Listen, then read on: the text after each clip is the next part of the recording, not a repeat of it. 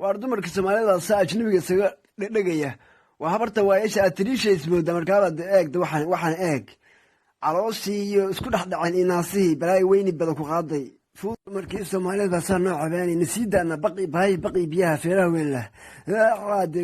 wala habishaadu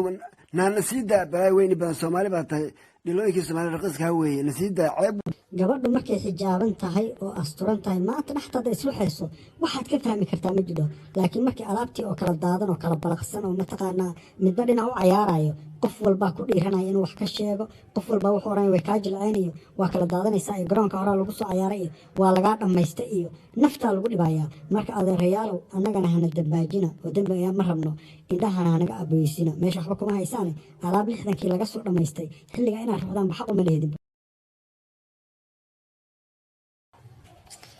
dacwa waxay naga soo gaadhay WhatsApp iyo email WhatsApp status iyo iyo email storage dadkii WhatsApp email loogu talagalay inay soo dhunteen oo si qaab sharci darro ah ku soo galeen TikTok marka waa tarxiileena hadda saddexdaana ka bilaabeena meesha loogama baahna foolxumadooda iyo qaab darradooda iyo dhaqan xumadooda